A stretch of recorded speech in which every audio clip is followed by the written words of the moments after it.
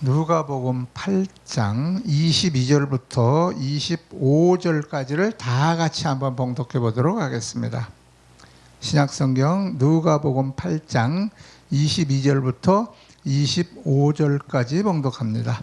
시작. 하루는 제자들과 함께 배에 오르사 저희에게 이르시되 호수 저편으로 건너가자 하시매 이에 떠나 행선할 때에 예수께서 잠이 드셨더니 마침 광풍이 호수로 내리치매 배에 물이 가득하게 되어 위태한지라 제자들이 나와 깨어 가로되 주여 주여 우리가 죽겠나이다 한데 예수께서 잠을 깨사 바람과 물결을 꾸짖으시니 이에 그쳐 잔잔하여지더라. 제자들에게 이르시되 너희 믿음이 어디 있느냐 하시니 저희가 두려워하고 기이 여겨 서로 말하되 저가 뉘기에 바람과 물을 명하며 순종하는고 하더라. 아멘. 훈련입니다. 오늘 말씀의 제목은 믿음의 훈련입니다. 우리 신앙생활에는요, 이제 신앙생활하면 참 기쁨도 있지만 또한 그러나 우리가 예상치 못한 그런 풍랑을 만날 때가 가끔 있습니다. 건강이 무너지는 문제라든지 또는 경제적인 어려움이라든지 또는 자녀들의 문제라든지 또는 이제 인간관계 이런 갈등 관계 또 사업의 실패 또 교회 내에서의 어떤 여러 가지 어려움 등 그런 어려움들이 우리 앞에 갑자기 예고치 않게 원치 않음에도 불구하고 찾아올 수가 있습니다. 오늘 본문의 제자들도 역시 그랬습니다. 예수님과 함께 배를 타고 갈릴리 호수를 건너서 이제 저쪽 동네로 가려던 제자들이 큰 이제 큰 바람을 만나게 되었습니다. 갈릴리 호수는요, 사방이 산으로 이렇게 둘러싸여 있기 때문에 갑작스럽게 강하게 이렇게 바람 불어오는 일이 더러 있었다고 합니다. 경험이 많은 이런 어부였던 베드로와 야고보와 요한 같은 이런 제자들도 감당하기 어려울 정도의 폭풍이 오늘 몰아쳤다라고 기록되어 있습니다. 자, 배에는 이제 물이 막 쳐서 이제 차기 시작했고 제자들이 이제 죽음의 공포에 사로잡히게 되었습니다. 자, 그런데요, 중요한 사실이 하나 있어요. 그 배에는 지금 제자들만 타고 있는 게 아니고요, 이제 예수님도 함께 타고 계셨다고 하는 사실입니다. 자, 근데 예수님이 뭐 하고 계세요? 오늘 본문 말씀에 보니까 23절에 예수께서 잠이 드셨다 이렇게 이제 기록되어 있습니다. 아마 하루 종일 낮에 이런저런 말씀도 증거하시고 사역도 하시면서 육신적으로 좀 피로하셨던 것 같아요. 그렇게 광풍이 몰아치고 배가 막 뒤집어질 것 같은 그러한 험한 풍랑 가운데서도 예수님은 깊은 잠을 주무시고 계셨다 이렇게 되어 있어요. 예수님이 이 폭풍이 올 것을 모르는 것도 아니고 폭풍이 불고 이렇게 바람이 심하게 불고 배가 흔들리는 것을 모르실 리가 절대 없습니다. 모든 것을 알고 계셨다는 거죠. 그런데도 이제 올 것을 바람이 불 것을 아시면서도 저쪽 호수 저편으로 건너가자 하시면서 배를 같이 타고 오셨다 그 말입니다. 왜 그러셨을까요? 제자들의 믿음을 훈련시키기 위해서 그렇게 하셨다 그런 뜻입니다. 우리도 역시 마찬가지죠. 하나님은 우리를 사랑하시기 때문에 훈련을 시키십니다. 훈련. 금은 불 속에서 계속 재련을 해야 순수한 금이 되고요. 군인은요, 훈련을 통해 강한 군인이 되어집니다. 저도 군대 가서 3년 동안 이렇게 복무를 하고 나왔지만 군대에서 있을 때 그 표어가 있어요. 훈련에서 한 방울을 흘리는 것은 전투에서 피 한 방울과 같다라는 말이 있어요. 그래서 피를 많이 흘릴수록 전투에서 피를 덜 흘리게 된다 하는 뜻으로 이렇게 훈련을 강도 있게 땀을 뻘뻘 흘리도록 그렇게 훈련을 시킵니다. 왜 그럴까요? 그런 훈련을 통해서 강한 군인이 전투를 잘할 수 있는 군인이 되는 것 같이 하나님의 자녀도 이 믿음의 훈련을 통해서 더욱 성숙한 믿음의 사람이 되기 때문에 그런 것입니다. 자, 오늘 말씀을 통해서 하나님께서 우리에게 주시는 이 믿음의 훈련이 무엇인지 한번 살펴보도록 하겠습니다. 첫 번째, 먼저 모든 상황을 믿음의 훈련으로 이해를 해야 되는 것입니다. 22절 본문에 보니까 하루는 제자들과 함께 배에 오르사 저희에게 이르시되 호수 저편으로 건너가자 하시매 이에 떠나기 시작했다. 이 말씀에는 아주 중요한 사실 하나가 있습니다. 폭풍이 있기 전에 먼저 예수님께서 출발을 명령하셨다고 하는 거예요. 잠잠한 호수였어요. 오늘 밤에 잠잠하기 때문에 저기까지 건너가는 데는 큰 어려움 없겠다 하고 안심하고 이제 배를 띄웠겠죠. 즉 폭풍은 우연히 일어난 것이 절대 아니라고 하는 것입니다. 주님의 허락 가운데서 일어났다고 하는 것이죠.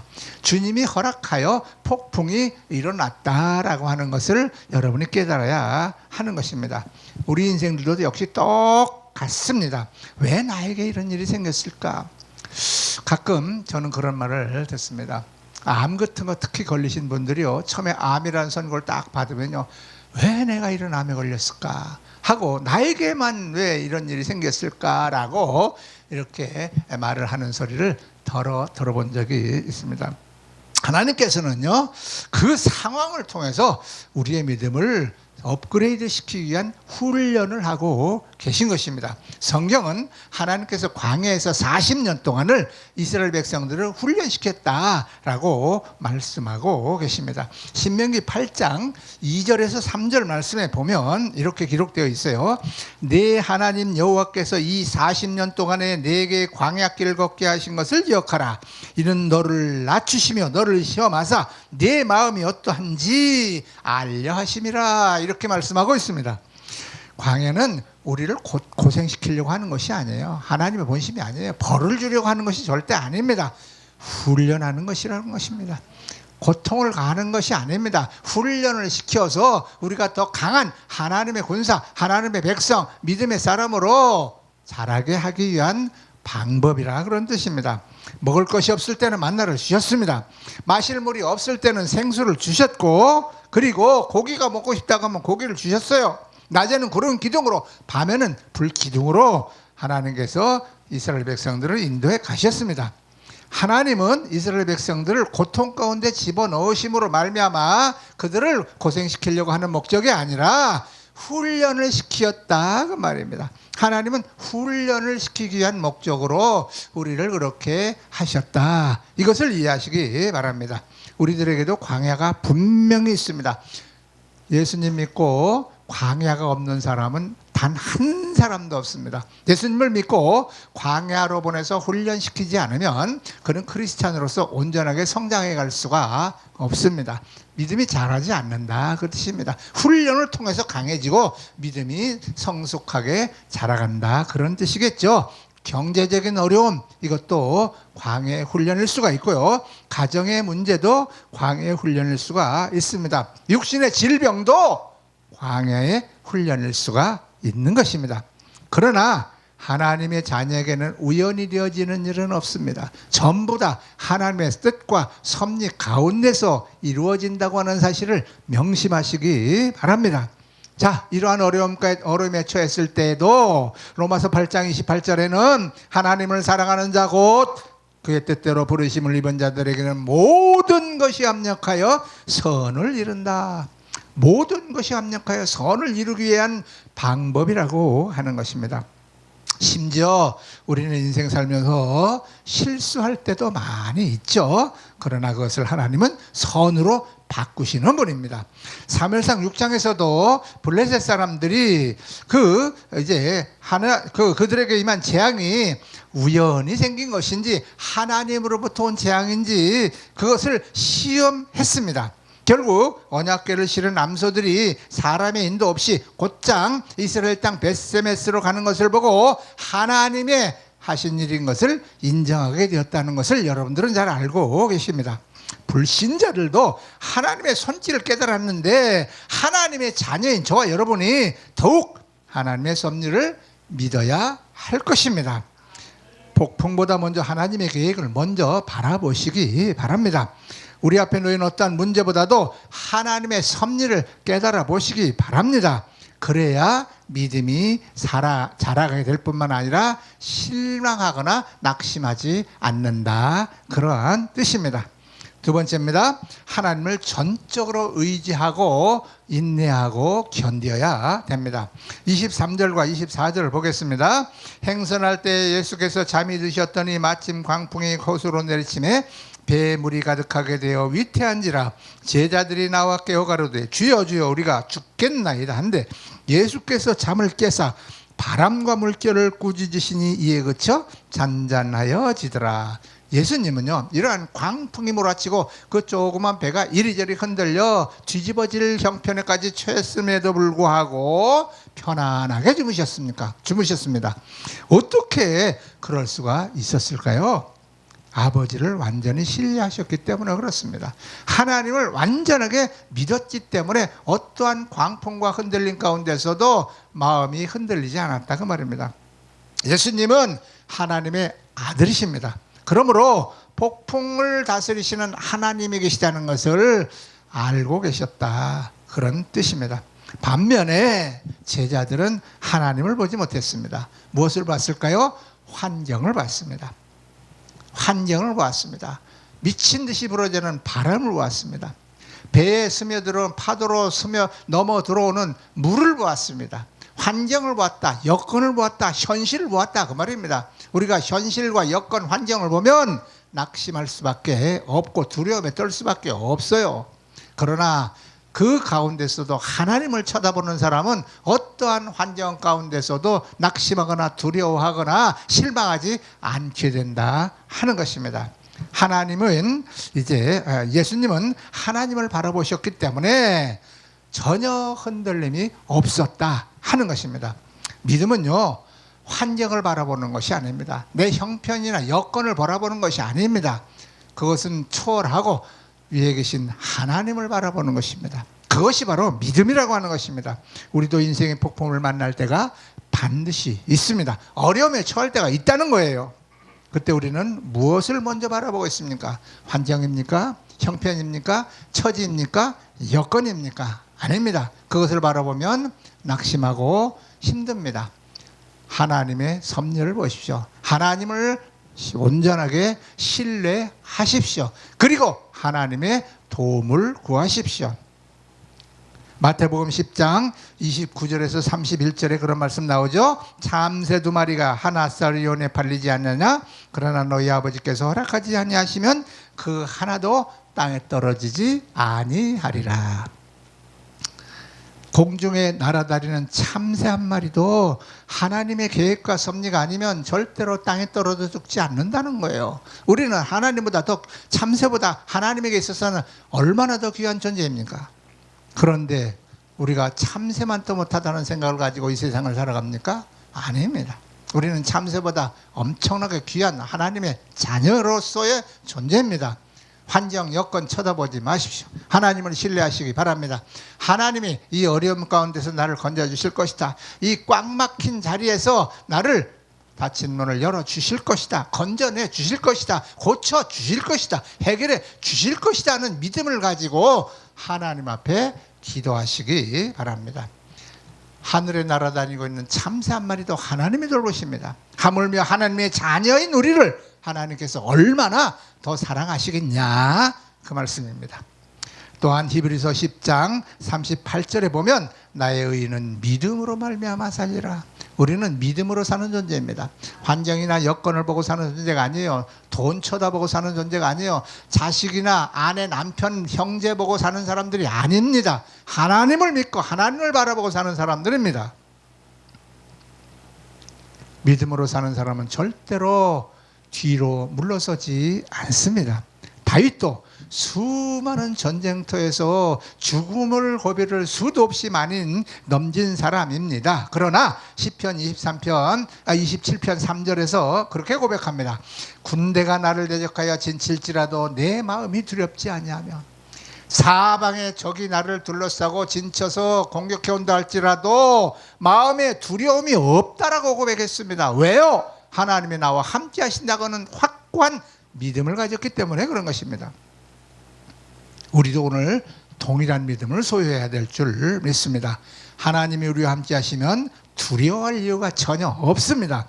폭풍은 크지만 현실은 어렵지만 암담하고 꽉 막혔지만 그러나 하나님은 더 크십니다.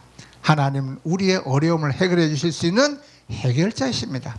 그러므로 담대하게 하나님을 신뢰하고 나아가시기 바랍니다. 두려워 떨지 마세요. 하나님을 믿으십시오. 하나님이 해결해 주실 것입니다. 세 번째입니다. 주 예수 그리스도를 믿는 믿음으로 우리는 나아가야 될 줄 믿습니다. 본문 24절에 그렇게 나오죠. 제자들이 나와 깨어 가로되 주여 주여 우리가 죽겠나이다 한데 예수께서 잠을 깨사 바람과 물결을 꾸짖으시니 이에 그쳐 잔잔하더라. 이렇게 말씀하고 있습니다. 예수님께서 바람과 물결을 꾸짖으시니 즉시 잔잔해졌다는 겁니다.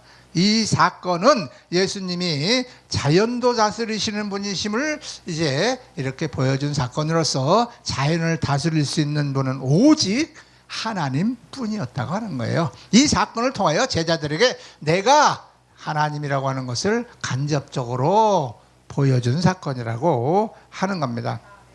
그래서 이 제자들은 이 사건을 통해서 오직 예수님이 참 신의 아들, 하나님의 아들이시구나 하는 것을 알게 되었다고 하는 것입니다. 우리도 예수 그리스도의 이름을 의지해야 되는 것입니다. 중요한 것은 우리의 말 자체에 어떤 능력이 있는 것이 아니고 예수 그리스도를 믿는 그 믿음 안에서 하나님의 뜻을 따라 우리가 담대하게 행하고 믿음으로 따라가는 것입니다. 이것이 바로 능력이라고 하는 것입니다. 그러므로 우리는 불평보다는 항상 감사, 원망보다는 항상 찬양, 그리고 두려워하는 물신의 말보다는 믿음의 말을 해야 됩니다. 믿음의 고백은 우리의 마음을 하나님께로 향하게 하죠. 하나님의 자녀는 늘 그래서 복음 예수 그리스도를 붙잡아야 되는 것입니다. 예수님은 십자가에서 우리 죄를 담당하셨고 부활하심으로 사망을 이기셨으며 우리를 하나님의 자녀로 만들어 주셨습니다. 그러므로 우리는 절대로 패배할 수가 없습니다. 승리할 수밖에 없도록 승리자로 부름받은 하나님의 자녀들이라고 하는 사실을 명심하시기 바랍니다. 말씀을 정리하겠습니다. 예수님은 폭풍을 없애기 전에 먼저 제자들의 믿음을 한번 보셨습니다. 폭풍은 믿음을 무너뜨리기 위한 것이 아니라 믿음을 세우기 위한 도구였다고 하는 것입니다. 오늘 우리의 삶에도 폭풍이 있을 수 있습니다. 그러나 그 배에는 예수님이 함께 계십니다. 우리의 인생에는 나와 함께 계시는 예수님이 계십니다. 우리의 가정에는 나와 함께 계시는 예수님이 계십니다. 그러므로 절대로 두려워하지 마십시오. 하나님께서 허락하신 믿음의 훈련인 것을 믿으시기 바랍니다. 어떠한 환경과 처지와 어려움에 처한다 할지라도 낙심하거나 낭망하지 말고 끝까지 하나님을 의지하고 바라보십시오. 예수 그리스도를 담대하게 바라보며 믿음으로 살아가시기 바랍니다. 마지막으로 요한일서 5장 4절 말씀을 보겠습니다. 무릇 하나님께로부터 난 자마다 세상을 이기느니라. 세상을 이기는 승리는 이것이니 우리의 믿음이니라. 세상을 이기는 승리는 무엇이라고요? 우리의 믿음이다 라고 선포하고 있습니다. 우리는 세상 사람과 같은 불신자들과 같은 그런 존재들이 아닙니다. 우리는 하나님의 자녀입니다. 만물을 지으시고 우주 만물의 운행을 생사화복을 주관하시는 하나님이 우리의 아버지가 되십니다. 그러므로 어떤 어려움 속에서도 믿음을 잃지 말고 예수 그리스도를 믿음으로 끝까지 바라보고 승리하는 저와 여러분들이 다 되어지시기를 우리 구주 예수 그리스도 이름으로 축원합니다. 기도하겠습니다.